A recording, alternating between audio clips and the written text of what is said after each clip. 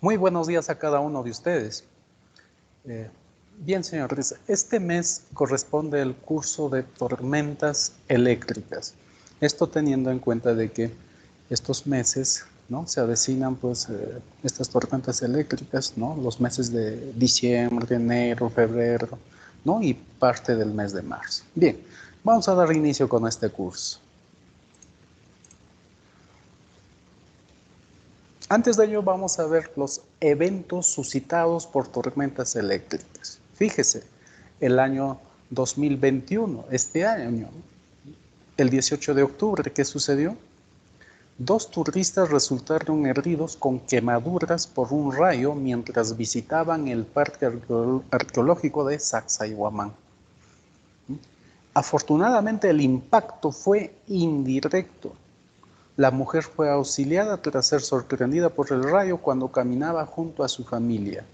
Mientras tanto, el vigilante del Ministerio de Cultura, al momento de acudir al varón, vio que éste presentaba quemaduras en el muslo izquierdo, quemaduras en los genitales y lesiones superficiales en el rostro y en el cuello. El año 2016, fíjese, el 27 de diciembre del 2016, rayo mata a 2 mineros y deja heridos a otros 9 en la mina Arguntani, esto en la región de Moquegua, ¿no? ¿Qué es lo que decían en ese entonces los titulares, ¿no? Una fuerte tormenta eléctrica cayó el 27 de diciembre por la tarde en la mina Arguntani. Acabó con la vida de 2 mineros, dejó a otros 9 heridos. El trágico incidente ocurrió cerca de las 17 horas, cuando los trabajadores hacían tareas como movimiento de tierras y traslado de materiales a bordo de volquetes y maquinarias. La descarga hirieron a 9 más de sus compañeros, todos ellos fueron evacuados al hospital de la ciudad de Juliaca, ¿no? Está en Punto. Bien, eso para tomar conciencia del peligro que representan las tormentas eléctricas. Bien, el objetivo de este curso, entonces, señalar los lineamientos necesarios para las prácticas seguras frente a una alerta de tormentas eléctricas en nuestra unidad minera, ¿no?, en Huarrón.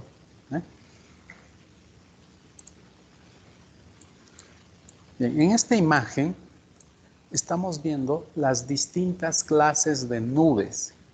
Podemos ver en la parte alta, en este rectángulo, las nubes altas. Básicamente ahí están las nubes tipo cirros, cirros cúmulos, cirros estratos. Son las nubes que se ubican en las partes más altas, ¿eh? Y en las partes medias, ¿no?, nubes medias, dicen, ¿no?, alto cúmulos, alto estratos, y en las partes más bajas encontramos las nubes nimboestratos, estratocúmulos y estratos. Fíjese al lado izquierdo de su pantalla. Aquí podemos ver esta nube vertical, ¿no?, de gran dimensión, los cumulonimbos, ¿eh? Estas nubes son de desarrollo vertical.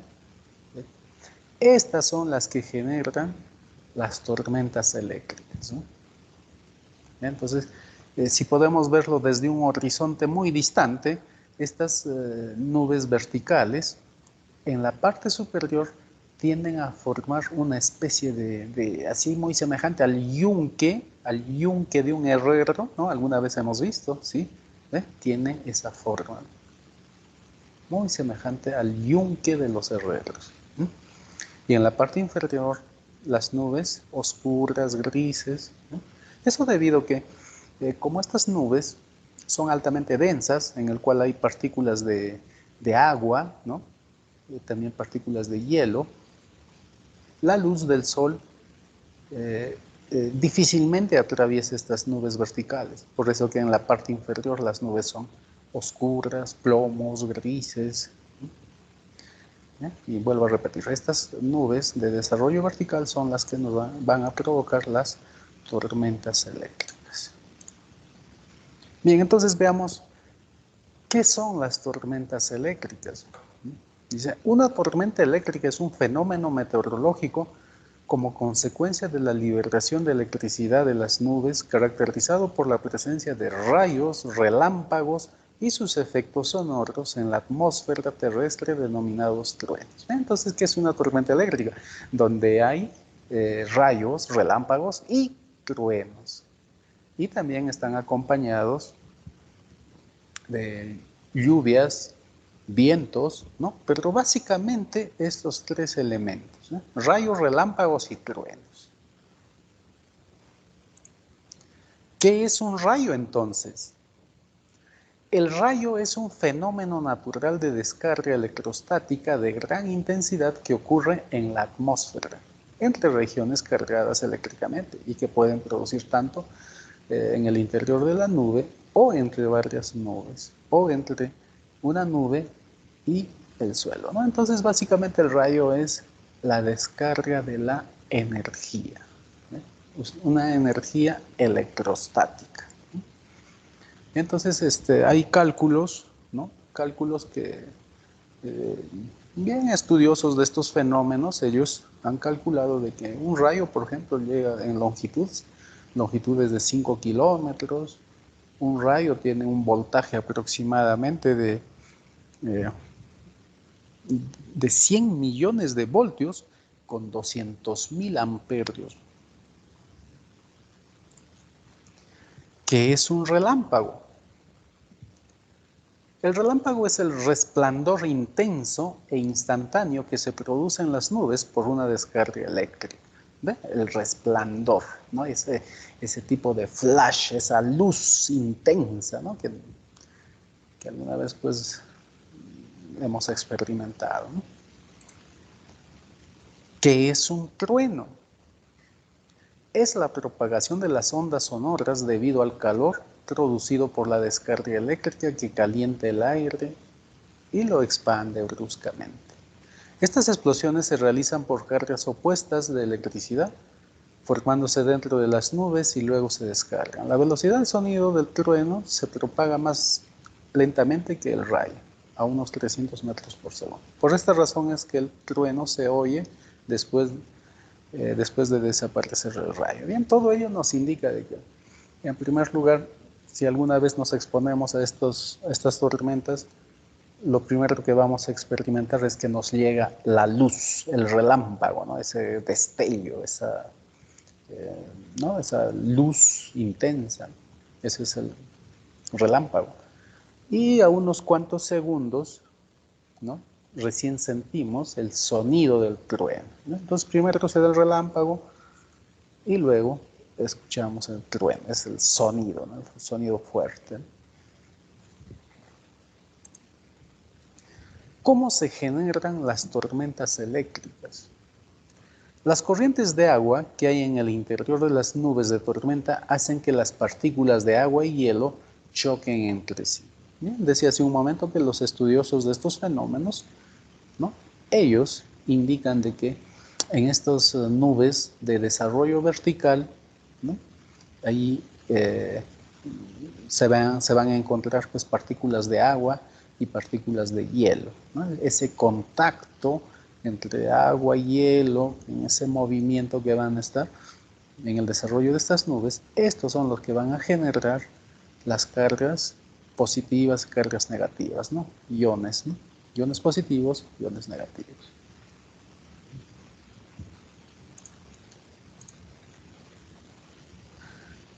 Entonces, ¿no? Decía de que esas partículas de agua, partículas de hielo, ¿no? El contacto va a generar las cargas positivas, ¿no? Aquí lo indica. De esta forma se van formando las cargas positivas en la parte superior de la nube y las cargas negativas en la parte inferior. Cuando la acumulación de cargas rompe el aislamiento del aire, salta una chispa de electrones de una nube a otra nube o también a la Tierra. Entonces nos indica de que en la parte superior se ubican las cargas positivas, en la parte inferior negativas. Entonces cuando se va acumulando más estas cargas positivas y negativas, el aislamiento del aire, porque hay una una zona de aislamiento. Entonces, cuando esta zona de aislamiento ya se ve disminuida, entonces salta una chispa, ¿no? Y ahí es donde se produce el rayo, ¿no? La descarga eléctrica. Y aquí estamos viendo en esta imagen, justamente ello, aquí dice las cargas, ¿no? Tanto positivas como negativas, en condiciones normales, ¿no? Cuando se está formando, o sea, aún todavía no hay el rayo. La segunda imagen, polarización de cargas. En la parte superior positivas, luego le siguen las cargas negativas, y en la zona de suelo, las cargas positivas. Entonces aquí cuando se rompe ese aislamiento, ¿no? Salta una chispa, entonces se dan estos rayos intranubes, ¿no? O sea, no llegan a tierra. Ya cuando la carga de tanto positivas, negativas es aún mayor, luego se da ya las descargas a suelo o a tierra, ¿no? Caída del rayo, ¿no? ¿Cómo detectamos una tormenta eléctrica? Fíjese de que a décadas pasadas no contábamos con los dispositivos que eran lo que hoy en día tenemos, el detector de tormentas, ¿no? De distintos modelos, distintos fabricantes.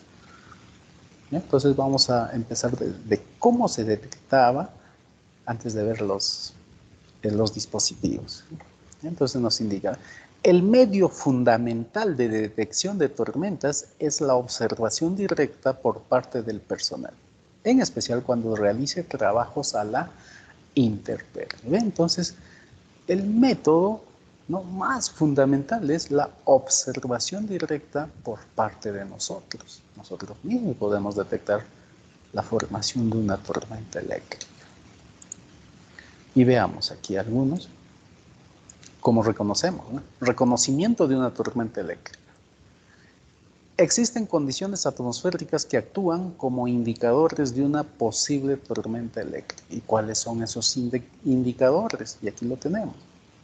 Las señales más comunes de una formación de tormentas eléctricas son los siguientes. 1.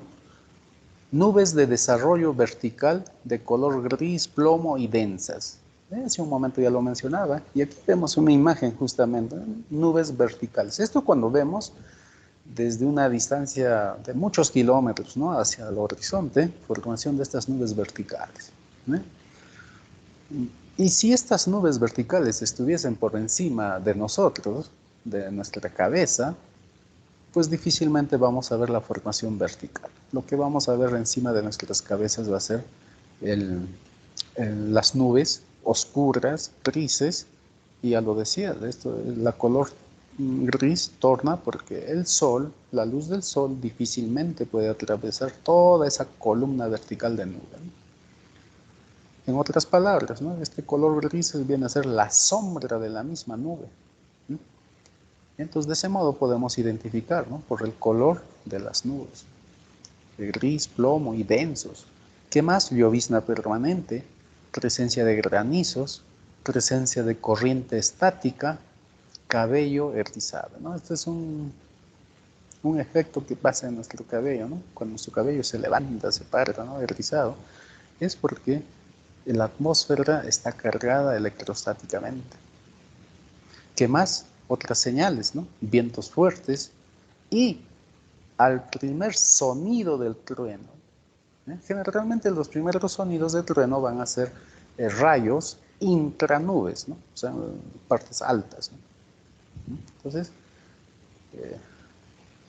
haciendo uso de nuestros 5 sentidos, podemos detectar también estas tormentas eléctricas, ¿no? La formación, básicamente. Fases de las tormentas eléctricas. Fase 1.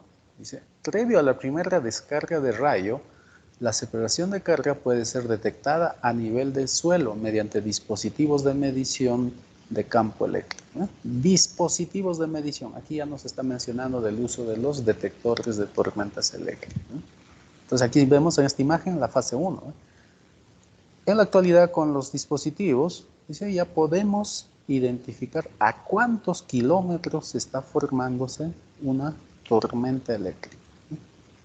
La fase 2, dice, La primera descarga de rayo sigue a la electrificación inicial al cabo de unos 5 minutos en la mayoría de las tormentas. Las primeras descargas son de tipo intranube. ¿Qué significa intranube? De que ese rayo se va a dar en la zona alta, ¿no? De nube a nube. No va a haber una descarga a tierra, de nube a nube, fase 2. La fase 3 dice, inicio de las descargas de nube a tierra. Aquí vemos en la imagen, de nube a tierra, con un retraso que está en el rango de unos pocos minutos hasta 1 hora. Están asociados con una fase de la tormenta más madura. Y la fase 4 ya, la fase 4 cuando ya se va disipando. ¿Qué nos indica? Fase 4, reducción del campo electrostático hasta llegar al reposo. En esta fase se da una baja probabilidad del impacto de rayo. Por supuesto, porque ya ha sido el campo electrostático, ya ha sido reducido, ya no disipado, ¿no? Ya menos probable de que se presenten los rayos. Entonces aquí hemos visto las 4 fases de cómo se inician las tormentas eléctricas hasta su disipación. Bien, ya lo mencionábamos hace un momento. Aquí estamos viendo los detectores de tormentas eléctricas, ¿no? Hay distintos modelos de acuerdo a cada fabricante, ¿no? Dice, entonces, ¿qué es un detector de tormentas eléctricas? Es un instrumento de mano con un sistema electrónico para detectar la presencia de la actividad eléctrica, tormentas eléctricas que ocurren dentro de los 65 kilómetros de su localización. Bien, esto de 65 kilómetros es lo que indican los manuales, los catálogos de estos dispositivos, ¿no? Va a depender del fabricante. Puede haber de mayor capacidad, ¿no? O de mayor alcance. ¿Ya? Generalmente, estos dispositivos que estamos viendo en la imagen, ese es su radio de alcance, ¿no? Pueden detectar hasta una longitud radial, ¿no? Dentro de un radio de 65 kilómetros, la formación de una tormenta, ¿no? Entonces, estos equipos se pueden programar, ¿no? Y pues ponemos nuestras distancias de alerta roja, alerta amarilla, alerta naranja, alerta roja, ¿no? Son programables, ¿no? Y también existen los detectores de tormentas eléctricas estacionarios, ¿no? Aquí solamente para referencia, un modelo, una marca, AT Storm, ¿no? Estos cuentan con un sensor y una consola de operaciones, ¿no?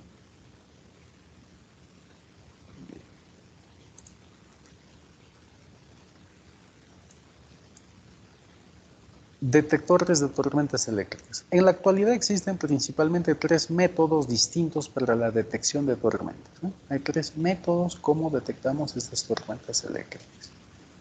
Aquí dice, un método, detección por medición del campo eléctrico. Hace un momento vimos, ¿no? Las cargas positivas, las cargas negativas. Eso se viene a ser el campo eléctrico. Entonces ese método es la clase 1. Aquí vemos en esta imagen justamente, ¿no? Campo eléctrico, cuando se está formándose las tormentas. El segundo método dice detección por ionización del aire o efecto corona. Ionización del aire.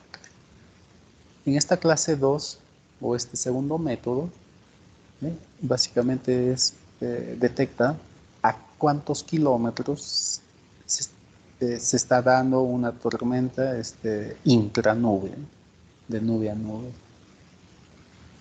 Y el tercer método, detección por radiofrecuencia. Este método, o clase 3, pues detecta a qué distancia se están dándose los rayos de nube a tierra.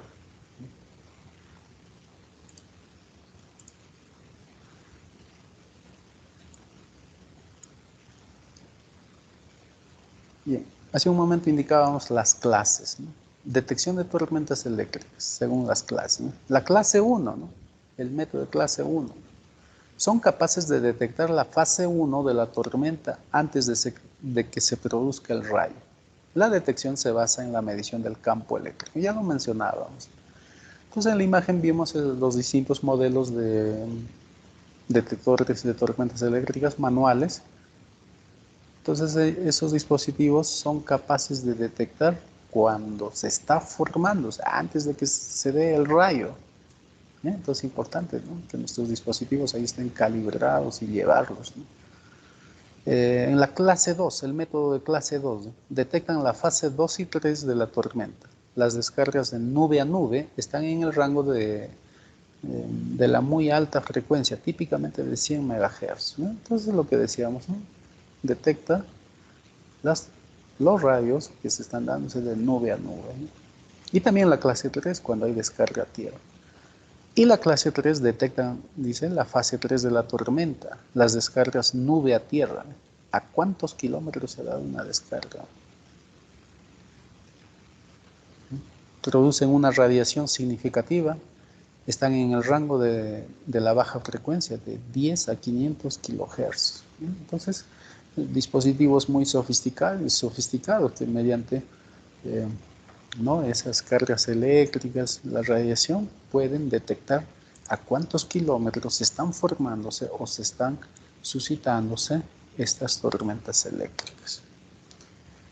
En esta diapositiva estamos viendo los estados de alerta ante tormentas eléctricas. Bien, esto en nuestra unidad básicamente, ¿no? Aquí tenemos la alerta amarilla. Cuando decimos, ¿no?, cuando las tormentas eléctricas se están dándose o se están formándose de 32 a 64 kilómetros del punto de donde nos encontramos, ¿no?, en una distancia radial. La alerta naranja es cuando la tormenta se está suscitando o se está formándose en una distancia radial de 13 a 32 kilómetros. ¿Y cuando decimos alerta roja? Cuando la tormenta se encuentra dentro de los 13 kilómetros desde el punto donde estamos, ¿no? 13 kilómetros a la redonda, ¿no? Entonces, estos son los 3 niveles de alerta, las distancias en nuestra unidad. Veamos cada uno de ellos. Alerta amarilla, de 32 a 64 kilómetros. En esta alerta, los trabajos en altura y el personal de piso a la intemperie pueden continuar con sus labores, teniendo la precaución del cambio de alerta. Se debe observar la atmósfera y mantenerse en escucha radial. Entonces podemos seguir trabajando, ¿no? Todos los trabajos que hacemos a la intemperie. Podemos, pero estando alertas, ¿no? Si esta alerta amarilla se puede alejar o puede pasar a alerta naranja o directamente a alerta roja, ¿no? Entonces, siempre atentos a las indicaciones radiales. Alerta naranja. Esta es cuando se da de 13 a 32 kilómetros. En esta alerta naranja, los trabajos de altura a la intemperie y maniobras de izaje se paralizan. Entonces, nada de trabajos en altura, nada de izaje. El personal de piso debe estar atento y preparado para su evacuación a los refugios asignados, ¿no? Entonces, muy atento. Los supervisores deben observar la atmósfera y mantenerse en escucha radial. Entonces, ya muy alertas, ¿no? Bien, esta es la alerta roja, ¿no? Ya la zona de peligro, ¿no? Las distancias de peligro, ¿no? Alerta roja. Cuando la formación de la tormenta eléctrica o las tormentas ya se están dándose dentro de un radio de los 13 kilómetros. En esta alerta roja, todos los trabajos en campo a la intemperie serán paralizados. Deberán usarse los refugios de manera inmediata. Entonces dejamos todo lo que estamos haciendo, ¿no? Dejen las herramientas, dejen en el lugar donde estén, ¿no? Aléjese de objetos metálicos, ¿no? Básicamente las herramientas, ¿no? Entonces inmediatamente buscamos un refugio, ¿no? La alerta puede indicarse en roja sin pasar por las anteriores, debido a la amplitud de radio de detección de tormentas, ¿no? Entonces, ¿esto qué nos indica? Podemos estar en alerta amarilla y de repente podemos pasar a alerta roja, ¿no? sin necesidad tal vez de pasar por la alerta naranja, ¿no? Debido a la amplitud de radio de detección. Los lugares más expuestos a los rayos son áreas más favorables a la atracción del rayo. Contiene elementos conductores de la electricidad. Son lugares más expuestos, ¿no? Entonces, para entenderlo mejor, ¿no? ¿En qué lugares puede descargar o puede caer el rayo, ¿no? Por ejemplo, las altas cumbres, las cimas, ¿no?, de los cerros, vallas metálicas, rejas, líneas eléctricas aéreas, subestaciones eléctricas, ductos metálicos, pozos de agua, ¿no? Estos son los lugares más favoritos donde va a caer el rayo o va a ser la descarga eléctrica. Bien, vamos a ver un video. No un video, es un corto video con respecto a los rayos. Atentos.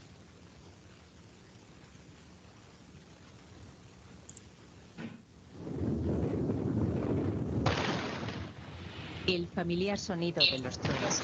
Pero lo que llamamos trueno es en realidad el estruendo de un rayo. Un truco que aprendemos pronto es predecir lo lejos que está una tormenta contando tras el relámpago. 1, 2, 3, hasta que oímos las ondas de choque.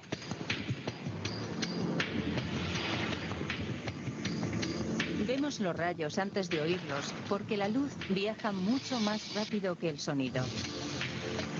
Los rayos nos ayudan a entender la diferencia. Si contamos hasta 3, el rayo está a 1 kilómetro.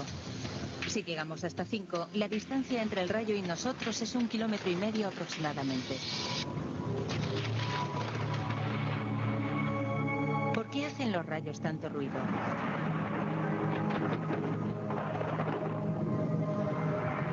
Al surcar el cielo, calientan el aire a su paso.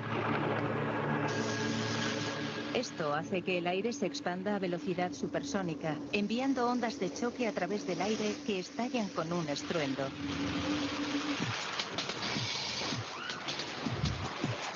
Y eso es el trueno. Si empezamos a contar al ver el relámpago y no nos da tiempo, podríamos estar en peligro. ¿Qué señales hay de que se acerca una tormenta?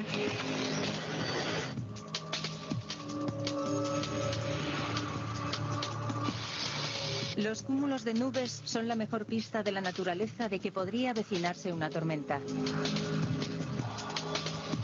Nacen cuando el aire cálido y húmedo de la superficie de la Tierra está demasiado caliente en relación con el aire más frío de encima. El aire caliente se ve forzado a elevarse hacia la atmósfera. Con el paso de las horas, las nubes con forma de coliflor maduran hasta tomar la forma del yunque de un herrero. Son las clásicas nubes de tormenta. Llevan partículas de hielo y se cree que son el elemento clave del desarrollo de los rayos. Cuando era niño, este hombre cometió el error de tocar metal durante una tormenta. Estaba apoyado en una valla cuando cayó un rayo. El rayo cayó a unos 600 metros de la valla. La valla era metálica y sus dedos, que la estaban tocando, se quemaron.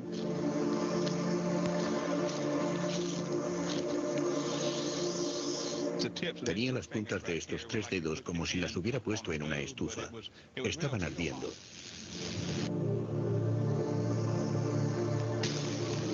Sufrió una descarga eléctrica, ya que el metal había conducido fácilmente la electricidad del rayo.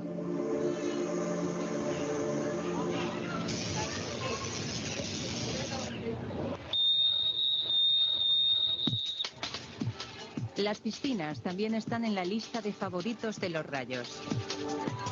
En primer lugar, hay agua, otra buena conductora de la electricidad. Los minerales que se encuentran en ella tienen una base metálica que facilita el paso del rayo.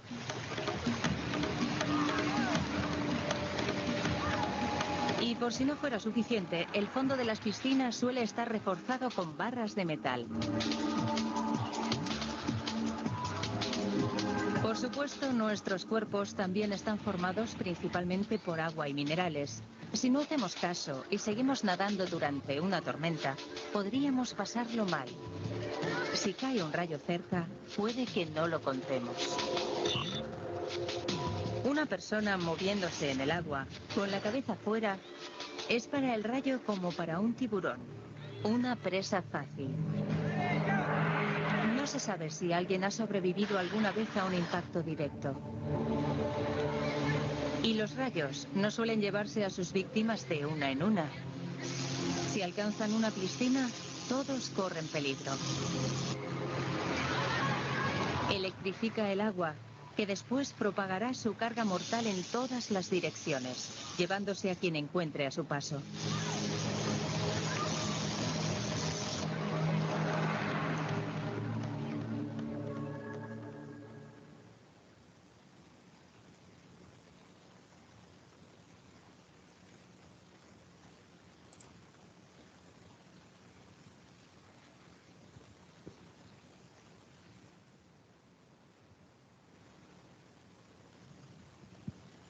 Bien, continuamos.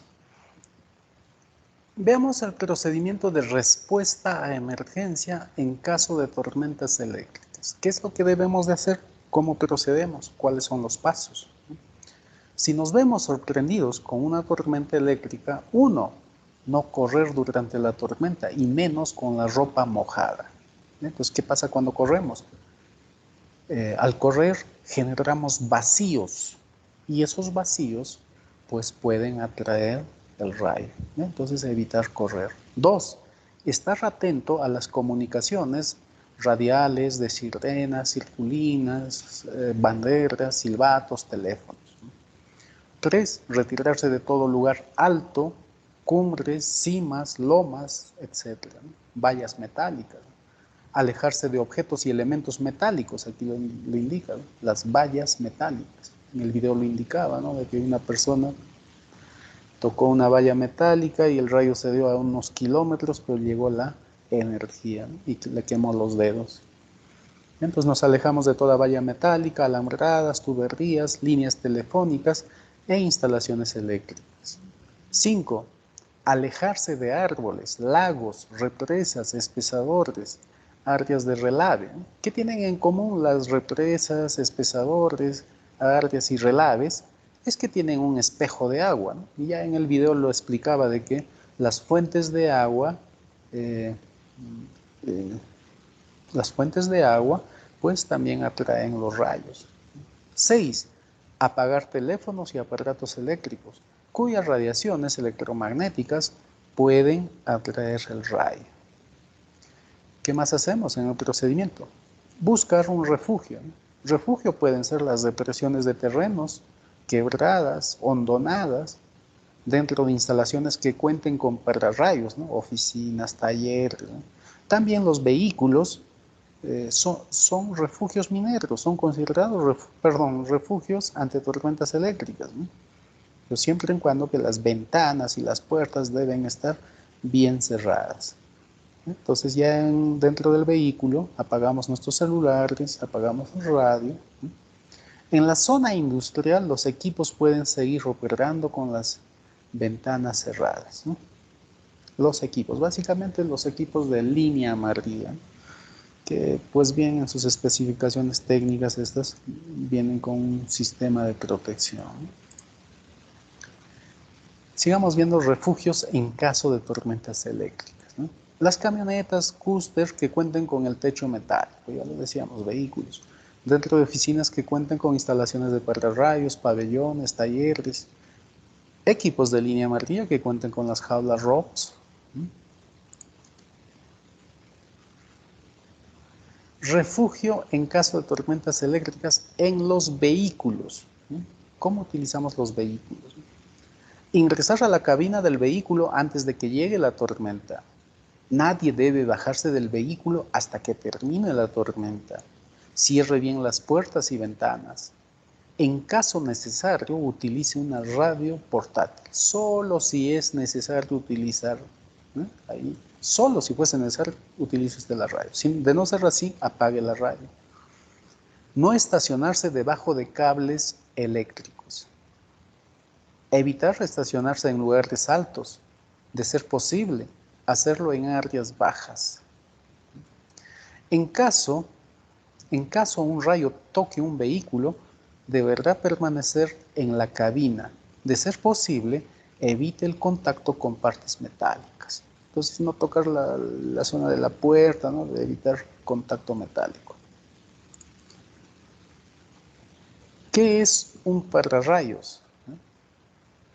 Un pararrayos es un instrumento cuyo objetivo es atraer un rayo ionizado del aire para conducir la descarga hacia tierra, de tal modo que no cause daños a las personas o infraestructura, ¿no? Y aquí justamente vemos un tipo de pararrayos, el más conocido de pararrayos tipo Franklin, pues por su inventor, ¿no? Benjamin Franklin, en el año 1753, pues él inventó, ¿no? Este pararrayo, un tipo, ¿no? Es un tipo de pararrayo. Hay otros tipos también como el Thor, ¿no? Es el tipo Franklin. Bien, veamos las recomendaciones. ¿Qué hacer en tormentas eléctricas? ¿No? Permanezca bajo techo, no se aventure a salir durante una tormenta eléctrica, ¿eh? No se aventure, ¿eh? Si siente que el cabello se eriza, indica que el rayo se encuentra sobre usted. De inmediato junte sus pies, encuclíllese hacia adelante, poniendo sus manos sobre sus rodillas, ¿no? Entonces, si alguna vez nos vemos sorprendidos y no hubiese un refugio, esto es lo mínimo que podemos hacer, ¿no? Ponernos de cuclillas, juntar los pies, ¿no? ¿Qué más? En las oficinas, mantenerse lejos de las puertas y ventanas, las que deben permanecer cerradas para evitar las corrientes de aire húmedo y desconectar los equipos eléctricos y electrónicos como son los radios, TV, computadoras, estufas que se estén utilizando. Para elegir un refugio, este debe realizarse en habitaciones protegidas por pararrayos, en los lugares secos como los campamentos. Si nos encontramos cerca de estructuras metálicas que no posea una protección o puesta a tierra, separarse a una distancia superior a 100 metros, ¿eh? De toda estructura metálica. Nos alejamos, mínimo 100 metros. No se ubique cerca de las líneas de alta tensión, líneas telefónicas o áreas estructurales. Entonces nos alejamos. No utilice artefactos o herramientas eléctricas. Conozca su área a la perfección para que sepa dónde buscar un refugio en caso que se aproxime una tormenta eléctrica. Despójese de materiales y herramientas metálicas. Nunca se deben posicionar junto a árboles, postes y cualquier estructura alta, ¿no? Ya que estos actúan como pararrayos naturales, ¿no? Entonces, alejarnos de árboles, postes. Recomendaciones preventivas para conductores de vehículos. Lo mejor es detenerse y esperar dentro del vehículo que pase la tormenta, evitando el contacto con las partes metálicas del vehículo. No parquear debajo de cables eléctricos. Apague el radio y la circulina.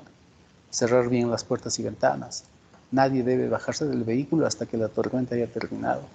Si durante el transporte de explosivos se produce una tormenta eléctrica, se deberá llevar el camión a un lugar seguro. El conductor deberá alejarse por lo menos 500 metros del vehículo, señalizando de esta situación en todos los sentidos, para evitar el acceso de personas o vehículos al área de riesgo. ¿Qué pasa si un rayo alcanza a una persona? ¿Qué efectos va a producir en la persona? Bien, aquí vamos a ver los efectos físicos, ¿no?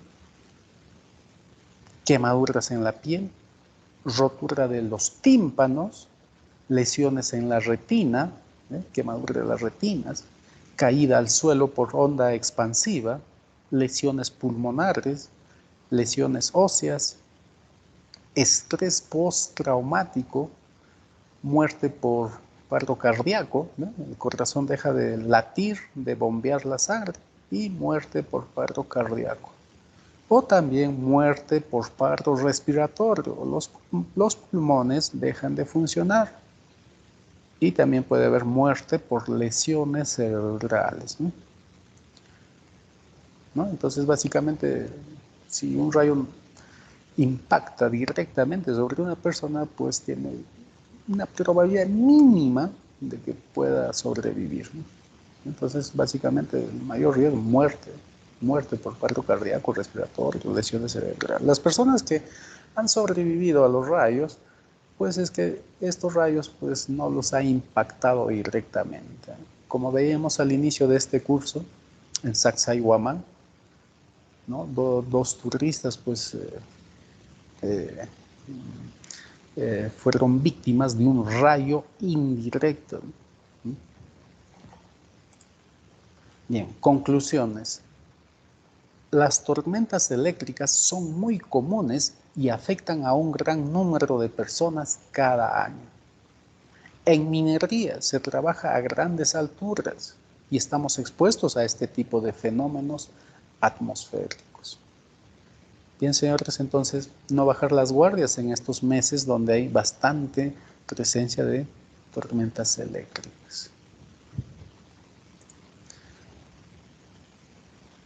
Hemos llegado al final de este curso. Conmigo hasta otra oportunidad. Hasta la próxima. Cuídense. Chao, chao, chao.